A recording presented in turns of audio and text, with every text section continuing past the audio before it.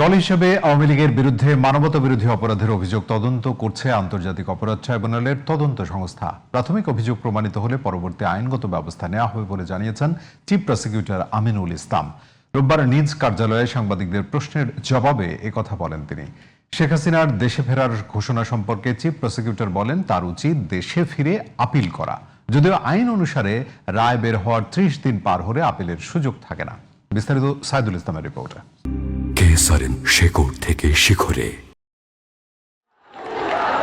July August আন্দোলনে শেখ হাসিনা সরকারের পতনের পর ডক্টর ইউনূসের নেতৃত্বে অন্তর্বর্তী সরকার ২০০৯ সালের সন্ত্রাস বিরোধী আইনে আওয়ামী লীগ ও ছাত্রলীগের কার্যক্রম নিষিদ্ধ করে। তারেক রহমানের নেতৃত্বে বিএনপি সরকার আওয়ামী লীগ ও ছাত্রলীগ নিষিদ্ধের সেই আদেশ সংসদেও বহাল রাখে।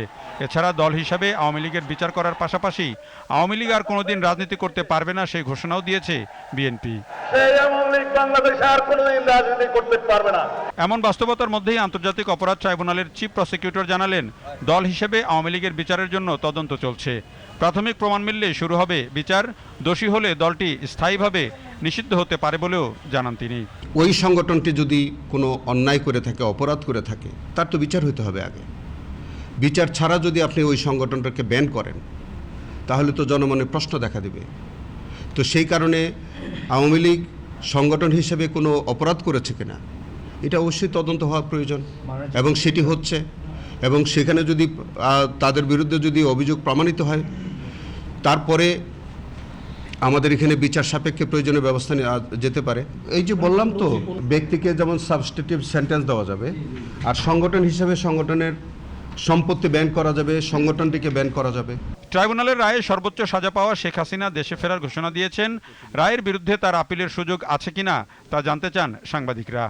আমাদের এখানে রায় ঘোষণার 30 কার্যদিবসের মধ্যে আপিলের বিধান আছে।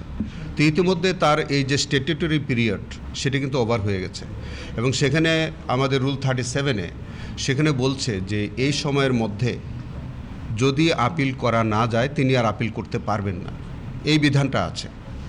এখন তিনি যদি আসেন এবং তিনি যদি কোনো আইনগত পদক্ষেপ নিতে চান, তখনকার অবস্থা কি হয় সেটা বোঝা যাবে।